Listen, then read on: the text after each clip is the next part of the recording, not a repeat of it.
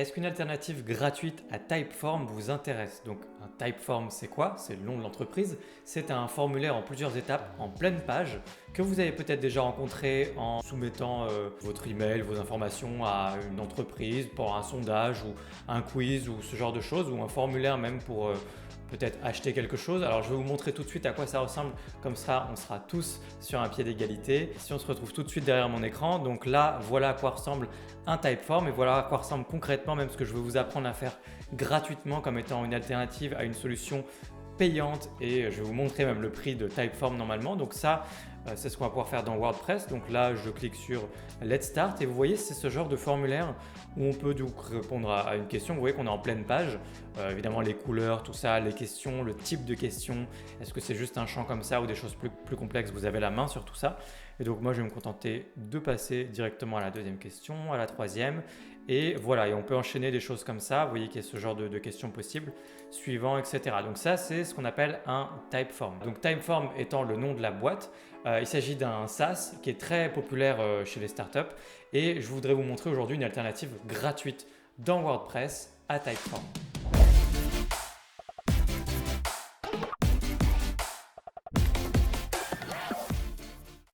Alors si on regarde rapidement le prix de Typeform, on va aller dans Pricing et vous avez le prix juste ici, donc 21 € par mois, et ne vous y trompez pas, il s'agit du tarif annuel. Donc si on passe en mensuel, ça veut dire que c'est plutôt même de base 25 € par mois, je ne sais pas si c'est hors taxe ou TTC, pour pouvoir faire un nombre illimité bien sûr de Typeform avec, j'imagine, toutes sortes d'analytics et de choses comme ça.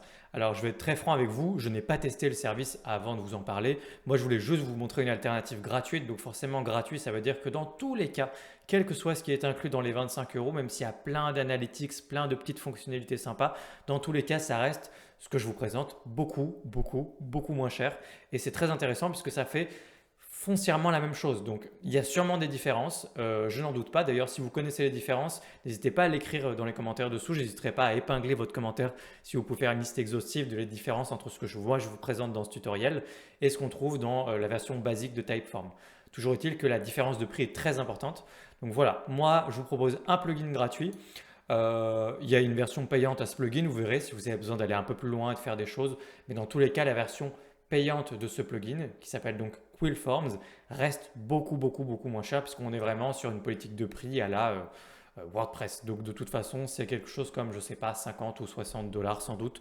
Je n'ai pas regardé. Donc version gratuite de Quillforms, extension ajoutée, vous tapez Quillforms et vous l'installez et vous l'activez. On va créer un nouveau menu juste ici. Quillforms, donc je clique dessus. Ça va faire quelque chose que j'aime pas trop, là je dois le reconnaître, ça nous emmène dans une autre interface là comme vous le voyez. Alors moi je trouve ça un peu désagréable, j'aime pas qu'on me sorte complètement de WordPress, c'est joli bien sûr, mais du coup ça me perd un peu. Moi je suis pas à l'aise là-dedans. Donc une fois que vous êtes là, vous avez un listing avec tous les formulaires, tous les typeforms. Vous n'êtes pas obligé d'appeler ça un typeform, mais je ne sais pas comment l'appeler autrement.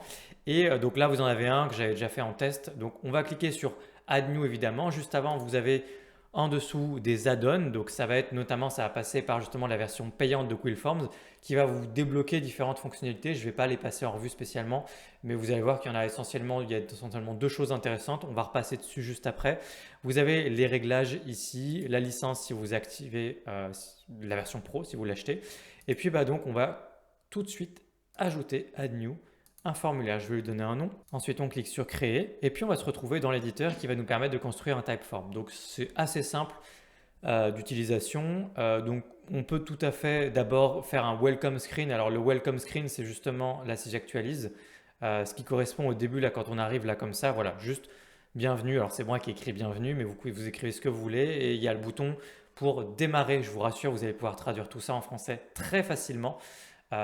Donc ça, ce serait le Welcome Screen si vous voulez en mettre un. Donc vous avez juste à prendre un élément et le glisser, déposer. Et donc en fait, tout ce que vous avez à faire, c'est prendre tous les éléments que vous voulez, les glisser les uns à la suite des autres pour créer votre Typeform et les différentes étapes. Donc là, par exemple, Short Text ici. Ensuite, je tape ma question, donc ma question. Et puis, la personne pourra répondre, donc il y aura le champ automatiquement juste dessous. Vous pouvez aussi ajouter une petite description. Donc, je peux taper juste dessous, petite description, et ça va apparaître dessous si jamais vous voulez préciser des choses. Donc, vous pouvez glisser comme ça votre première question. Et si je veux faire des petits réglages par rapport à cette question-là, donc là j'ai juste ici la clé, je ne sais même plus comment appeler une clé comme ça. Et du coup, ensuite, vous avez quelques options. Alors, est-ce que c'est obligatoire ou pas, votre question? Required. Donc, vous aurez le petit astérix qui apparaît naturellement. Est-ce que vous voulez glisser une image? Donc, je peux aller récupérer une image complètement au hasard, une image pas trop lourde, voilà ici. Et ça me mettrait donc une image là, par exemple, ici. Voilà, alors bon, je vais l'enlever. Et vous avez un fonctionnement de thème pour appliquer automatiquement un style globalement à tout votre formulaire avec les couleurs, des choses comme ça. Donc vous pouvez laisser par défaut, vous ne prenez pas la tête pour l'instant, vous avez juste les petits réglages qu'on a ici et le nombre maximum de caractères éventuellement. Donc comme ça, si vous voulez que les réponses soient forcément pas trop longues, vous pouvez préciser ici le nombre max de caractères.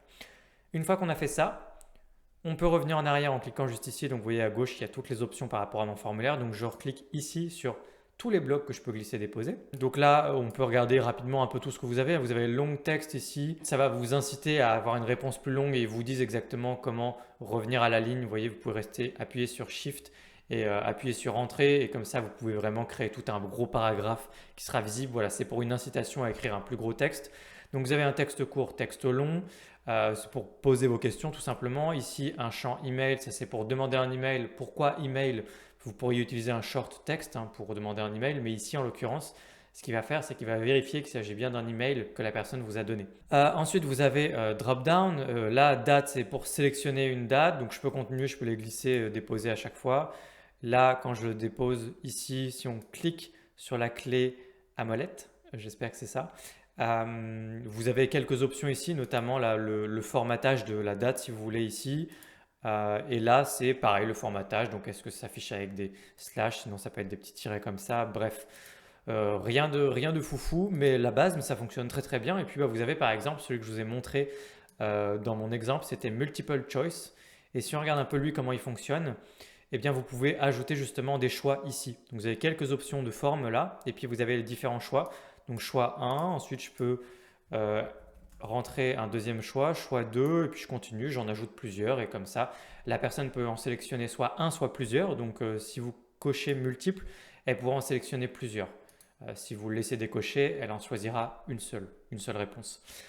Donc, vous avez tous les blocs à votre disposition comme ça. Drop-down, les petits menus déroulants pour sélectionner quelque chose, menu, un lien ici, website, statement qui doit être juste pour mettre un morceau de texte, un bout de texte, number, etc. Une fois que vous avez créé votre typeform par défaut, vous le créez comme ça, c'est pas plus compliqué. Vous avez ensuite les options à gauche. On passe à la suivante, donc justement, ça va être pour customiser un petit peu au niveau des couleurs votre typeform. Donc là, je vais dans Customize et vous avez ici tous les réglages de couleurs.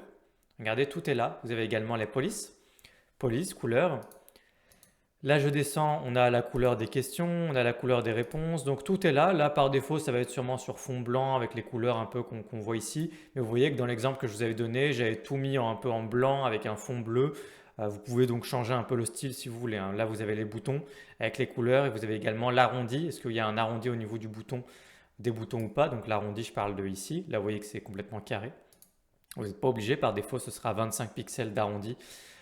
Et puis les couleurs ici aussi, Progress Bar Settings, la couleur, donc Progress Bar, ça va être la petite barre de progression en bas à gauche ici. Voilà, donc une fois que vous avez personnalisé tout ça et sauvegardé, on descend. Ici, Add Notification List, ça va vous permettre d'ajouter éventuellement, si vous cliquez sur Add New, vous pouvez ajouter du coup un email récipient. Donc si vous voulez recevoir justement les réponses à ce formulaire dans une boîte mail, donc par exemple vous faites ici Add Notification, c'est pour recevoir pour vous les réponses.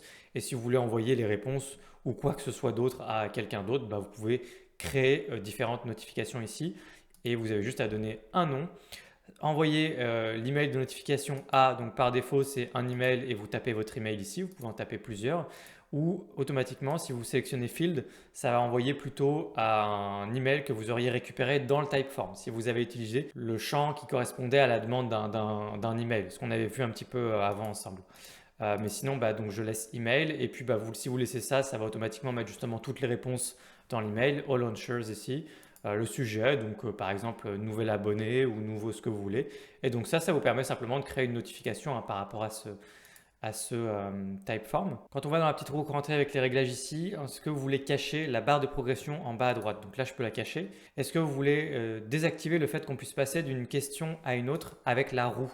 Donc effectivement, avec la roue de ma souris, je pourrais en fait avancer, passer d'une question à une autre. C'est quelque chose que je peux faire. Vous pouvez désactiver ça. Moi, je le laisserai désactivé par défaut.